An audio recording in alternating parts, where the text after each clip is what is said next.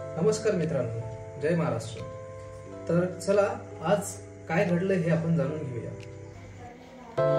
तर गोवा सरकारची नवीन नियमावली 22 सप्टेंबर पासून driving licence, PUC, RC book आणि इन्शुरन्स सर्टिफिकेट शिवाय इतर राज्यांना गोव्यात एंट्री मिळणार नाही मित्रांनो। गोव्यात जर जायचं असेल तर हे सर्व डॉक्युमेंट तुम्ही सोबत घेऊन जावे, याच्याशिवाय तुम्हाला एंट्री तिथं मिळणार नाही।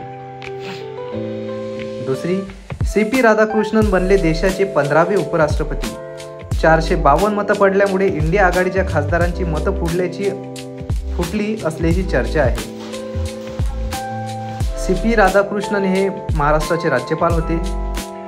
त्यांच्या विरोधात इंडिया आघाडीने सुदर्शन रेड्डी यांना उभे केले होते। ट्रॅक्टर आणि कृषी उपकरणावरील GST 18% 5% पर्यंत घसरला। ट्रॅक्टर खरेदीवर ₹25,000 ते 63,000 पर्यंतची बचत।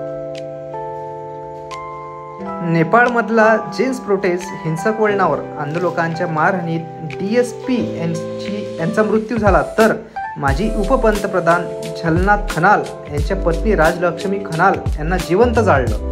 हे खूप अशी डेंजरस गोष्ट आहे मित्रांनो। त्याचप्रमाणे पंतप्रधान किसान सन्मान योजनेतील नियम आणखी कठोर। कुटुंबातील पती व पत्नीच्या नावावर शेती असली तरच फक्त पत्नीलाच मानधन मिळणार। ही PM रिलेटेड जे योजना असतात त्याच्याशी रिलेटेड अपडेट आलेली आहे मित्रांनो। त्यानंतर भारतीयांसाठी जपानची स्पेशल ऑफर आहे। ₹5,000 मिळणार जपानमध्ये परमनंट रेसिडेन्सी, पण त्याच्यामध्ये सुद्धा काही अट आहे। ती आहे 10 वर्ष जपानमध्ये राहण्याची अट। तुम्हाला 10 वर्ष जपानमध्ये राहावं लागेल। हे एका प्रकारचं ॲग्रीमेंट ते करून घेणार आहेत। हे आजचे अपडेट आहेत। सर्वांनी